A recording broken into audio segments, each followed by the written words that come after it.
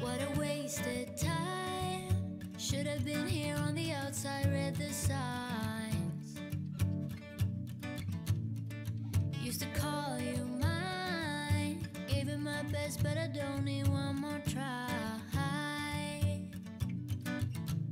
Cause, baby, I'm all out of hope. Could I find it when I go? Think we're only here to stay alive now. Funny, we ran out of kicks. Now you only make me sick. Think we're only here to stay alive now.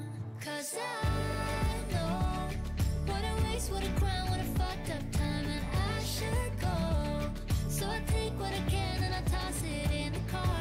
Drive away down the highway, I can't stay. Cause I know that all I know, it's time to go.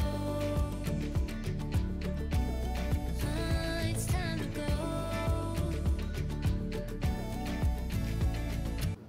Hello guys, good morning. Good morning to everyone. Ayan, I'm so excited kasi mamaya day na ng aking flight. Pupunta ka ng ka-chat ko yung friend ko. Hindi.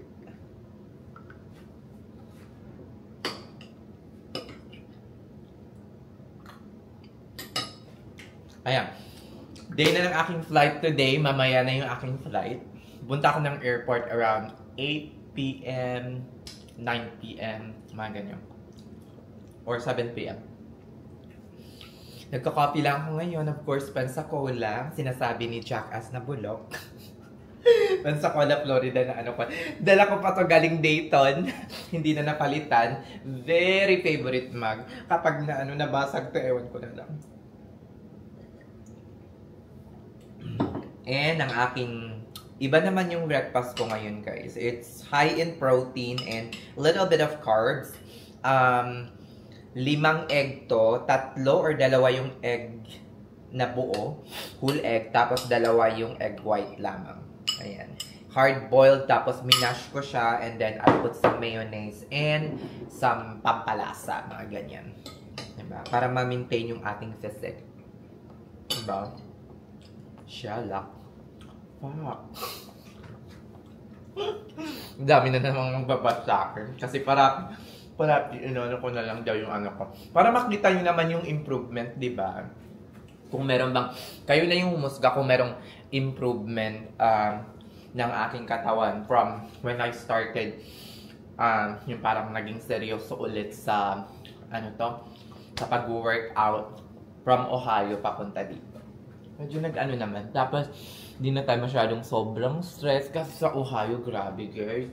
As in, hagardo talaga ako. Siguro dahil din sa nakakapagod sobra yung yung work. Eh ngayon wala nang work. So wala nang nag-iisa.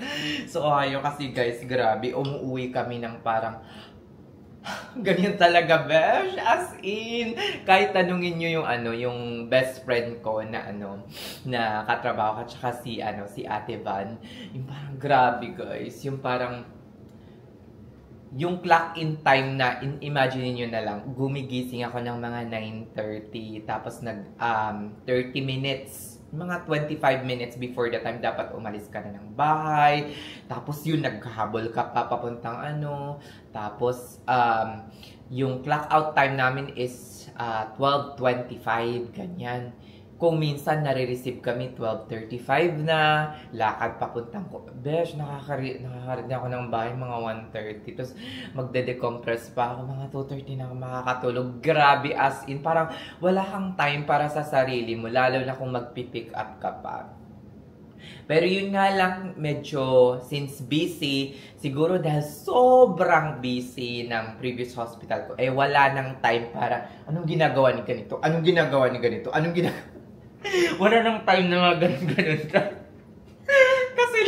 Kasi naalala ko minsan, kung makwento ko lang sa inyo guys, higop muna tayo ng kape. Nung maalala ko minsan ay hindi ako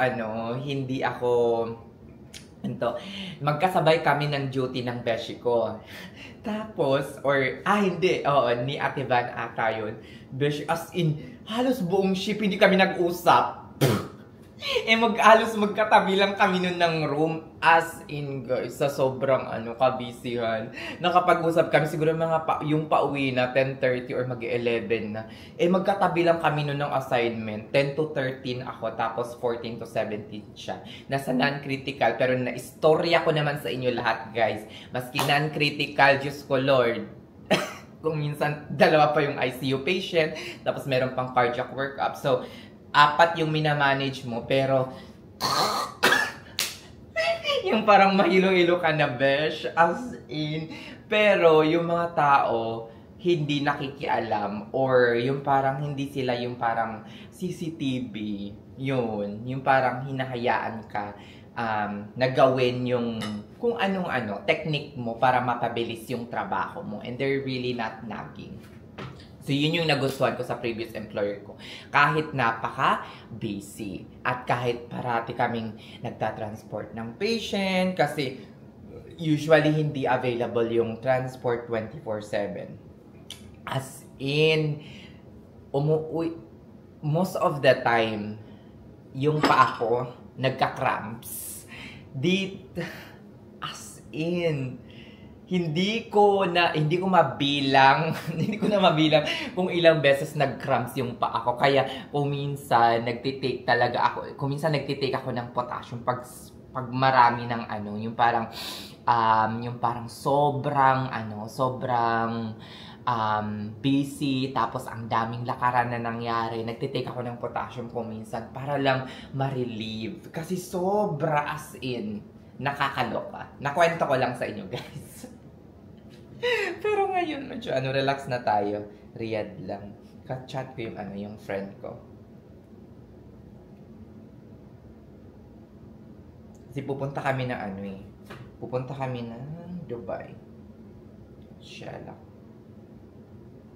Okay, nasa trabaho siguro. Hindi sinasagot yung call ko. Ayan, guys. Medyo late na ako. Anong oras na? 11:30 na, guys.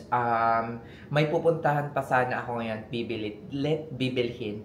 Let's see kung makakapunta ako or hindi na. Okay. I'm at work, yes. Okay. Ayun. Let's see kung hindi na kasi mag-i-empake pa ako. Maglilinis pa ako dito sa bahay. Let's see kung... Kasi pa yun nasa 30 to 45 minutes drive pa yung pupuntahan ko one way, at ang whole trip is nasa siguro nasa 1 hour or more than an hour pa round trip. So, napakalayo din. Tapos traffic pa. At mag-empake pa ako. Tapos magnanap pa ako mamaya. Let's see what's gonna happen. Shalak! Yan, guys. Nag-nap ako, guys, sandali. Kasi nga, di ba, baka hindi rin tayo makatulog hanggang mamaya. Pero nagising din ako after like couple of hours, like 2 hours, ganyan.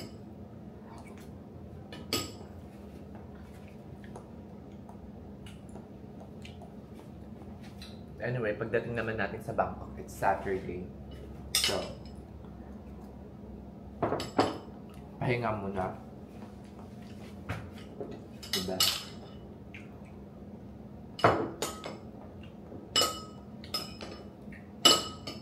Due to jet lag. Kasi nga, economy tayo. Parati naman eh. Shelak.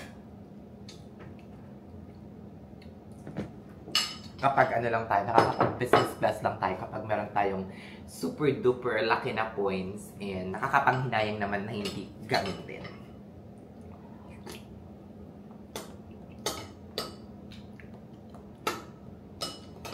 Oras na yun. 5 o'clock na, guys. Kumakain na ako ngayon ng avocado with milk kasi nagutom ako. Then after that, punta ako sa kaibigan ko after this. Kasi may pasok siya ngayon. Ihatid niya sana ako, kaso meron siyang pasok. Alam mo naman, pumunta ako din ng 6 o'clock pa. Di ba? Kung naman 5:30 pa. Para lang maihatid. 1 o'clock pa yung flight. 1 a.m. pa or 12 midnight pa yung flight. So, mag-ano na lang siguro ako. Mag-lift na lang ako papuntang airport. I will not bring my car and park it over there due to parking fee at the airport. And then, lalampas ka kasi ng ano eh, parang hindi siya much, mas convenient or mas affordable or practical kasi nga more than 20 days or 30 days. Hindi naman 30 days, siguro mga 24, 25 days, almost a month akong mawawala. So, almost a month. More than 3 weeks. Siguro mga ganun yung term. More than 3 weeks, guys. Hi. Hindi ko na muna siguro parang naano ko. Punta muna ako sa kanya after this. Doon na siguro ako magko-coffee kasi wala na akong coffee ngayon. May coffee pa naman ako. May coffee ba? Oh, may coffee pa naman ako. Kasi hindi ko bet. Yung tira pa galing Ohio. Muna siguro magko-coffee sa kanya and then after that, go to the gym. After, babad tayo saan. Kasi mamimiss ko yung gym na. Hindi makakapag-gym naman tayo while on travel. Pero, mamimiss ko yung ano na yan. Yung gym na yan. Kasi nga, daming mga ano. Alam niyo naman dito sa Texas, everything is bigger in Texas. Shala. Sige na. Shala. Parang ano tayo, no? Iba talaga yung aura. Kasi, sige na guys. Ay, nako. Diba? Nagkaroon na ng improvement yung katawan ko. Alam nyo guys, anong tawag dito? Nagka-carbs na talaga ako ngayon. Kasi, ewan ko, parang mas nagkaroon ako ng energy, more energy sa pagbubuhat kapag nagka-carbs talaga. Before, ayaw ko ng carbs kasi feeling ko tumataba. Feeling ko kasi parang tumataba yung tiyan ko. Pero ngayon, bumalik na siya sa pagka-flat. Ayoko kasi ng may diba? Ayoko ng may taba sa tiyan. Charis, joke. Hindi ako maka-aura ng bonggang-bongga. Siya lang. Sige na guys. Mamaya na lang. Guys, kakabilik ko lang galing gym. Shalak! Malapit nang mag 9 o'clock. Dapat 10 o'clock nasa airport na ako doon. Shalak, pipila pa ako. Ano pa naman yung sasakyan ko ngayon? Eva Air. At ang Eva Air, guys, ay naku, Star Alliance. Wala pa naman akong Star Alliance Gold. So, wala tayong priority something access.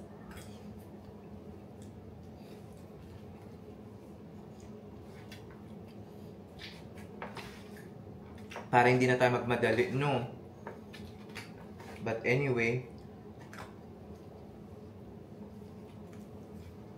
dapat kasi ma-check-in ko yung bagahe ko at least before 11. Mga 11 ganyan. Kasi 1 o'clock yung alis ko. Bigay lang ko ng friend ko. Harap.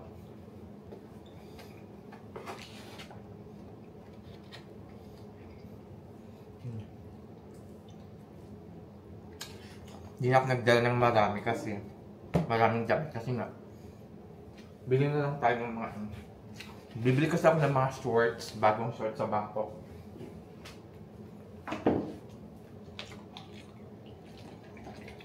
Nagdala ako ng tube para suotin ko sa kasi magsa-Saudi, diba ako? Sa Saudi Arabia. Saudi Arabia! Masyalak.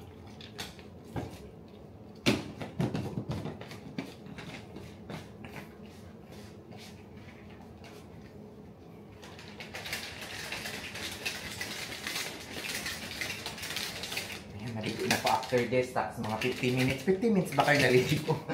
Hindi na siguro mga 10 minutes, okay na yun. Naligo naman ako kanina bago ako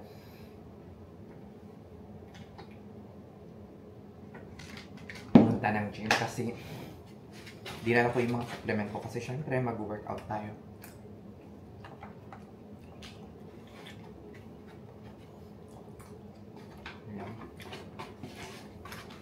Shalak.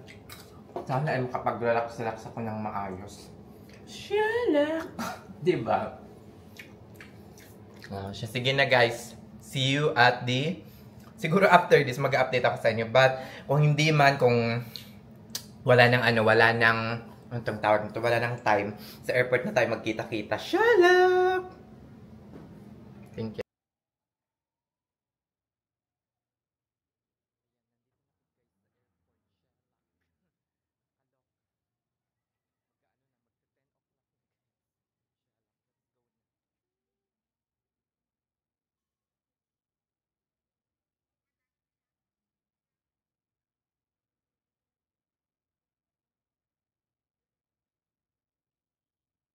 Guys, nakuha na natin yung boarding pass natin. Shalak! Ready na tayo. Ready nang gumala. Ready na gumala sa Bangkok day. Pero Diyos ko Lord, ilang oras ba to? Siguro mga 15 hours flight to. Economy. Papuntang Taipei. And then meron tayong layover ng mga 2.5 oras papunta namang sa Taipei yung layover, tapos papunta namang Bangkok, it's around 3 hours. So, it's like one whole day of journey. Shalak, papuntang Asia. But that pa na at least, 'di ba, makakapag-iwalyo tayo for a couple of days in Bangkok, and then Phuket, and then go to Saudi Arabia, and then Dubai with my friends. O, 'di ba? Solo travel for almost siguro half ng trip ko, and then after that meet with some friends for lang, para itong tawag na to, recharging. Siya lang. Balik tayo dito siguro after mga 3 weeks, gano'n, di ba? Balik tayo before the end of October.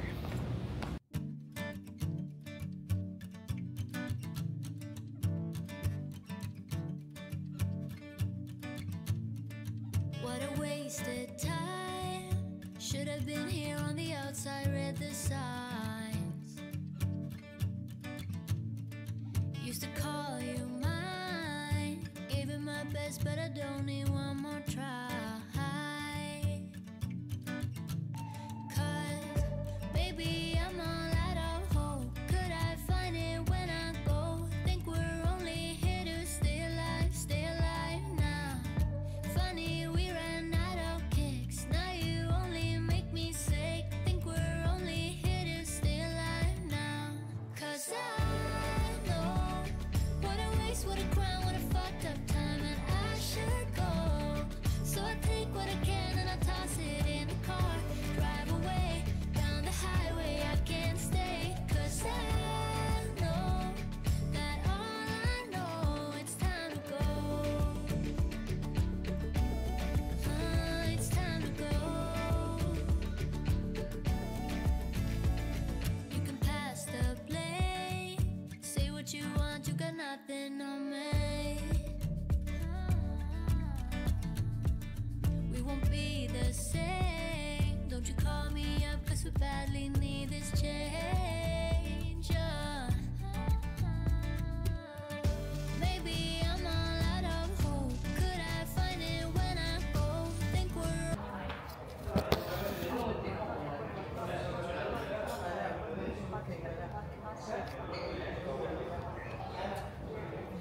Yan guys, nag-aantay ako ng room ko ngayon kasi hindi pa ready yung room ko. Ay, akala ko ready na siya. Nung dumating pala ako dito ng 1 o'clock ay for sure mag-aantay ako ng matagal. Kakaloka. Ay. Nag-train lang ako from the airport papunta dito. Kakaloka. Inabot din ako ng mga siguro almost 1 hour from the airport. Naging maganda naman yung parang travel ko from Houston papunta dito. 16 hours ata from Houston papuntang Taipei, and then another 3 hours from Taipei papuntang Bangkok. So inabot din ng mga 19 hours. Nakarating ako dito ng mga 1 o'clock. 1 o'clock ba? Yes. We landed around 11:30. Tapos yung dumaan ng immigration, di naman nagtagal. Kasi nga, siguro dahil last May or April nandito rin ako. So, parang wala na masyadong tanong. Ay, sana mabilis lang.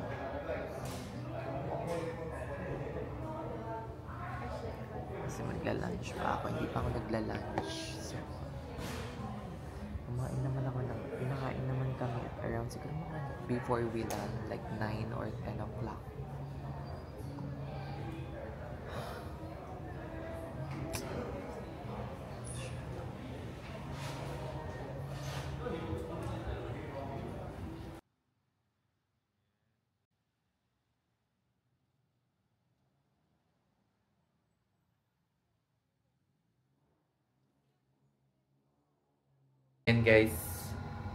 Ayan guys, finally nandito na ako sa room ngayon. And, oh my god, I will be staying here for the next 4 nights before I will fly to Phuket. Phuket. Supposed to be magbabali ako, kaso sabi ko, ay, babalik na naman ako ng Bali. So, wag na. Sabi ko, magsistay na lang ako within Thailand. And then after that, go to Saudi Arabia after this. Ayan nyo guys. Bigyan ko lang tayo ng quick room tour. Ayan.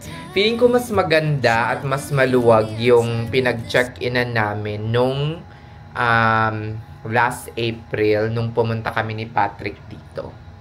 Ayan. On the right, tingnan natin dito. There we go. Dito sa right, merong ganon, cabinet, may safety deposit lock. Ganon, ayan. Merong, anong tawag dito? Parang robe, bathrobe. Usually, ginagamit ko talaga siya. Tapos, dito naman sa right side, dito yung CR. Ayan. Ayan. Okay lang. Normal na CR. Ano? Piling ko talaga mas maganda. Pangatlong Holiday Inn ko na ito. Pero, ayan, medyo sakto lang. Not so impressing. But, ayan, tapos merong couch, everything. Dito yung lalagyan ng gamit. Yan, yung prutas, mangga, hilaw na mangga, manggang hilaw. Tsaka, watermelon. Nabili ko lang yan kanina. 80 baht. Magkano ba yung 80 baht? Siguro mga $3, ganyan. Or less than $3, mga ganun. Mga $2 siguro. Basta yun na yun. O, diba? Imagine niyo prutas na yan. Tapos, ito yung bed na higaan ko for the next 4 nights. Yan. And then, dito, meron silang parang coffee station. Yan, Sherlock. Kailangan kong bumili ng stevia kasi, ay! Nakita nyo na. Ayan. Kailangan kong bumili ng stevia. Wala silang sugar lang siguro siya lang. O siya, sige na, yun lang. Quick room tour lang, guys. Nakainin ko muna tong prutas na binilig ko. Siya lang. Ay. OMG. Yan, later na lang. Okay.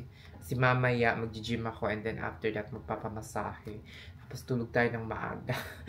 Kasi nandito lang naman tayo para mag-relax. Diba? Shalak. Mag-food trip and mag-relax. At makapag-unwind. Mga beshi. Mga fish.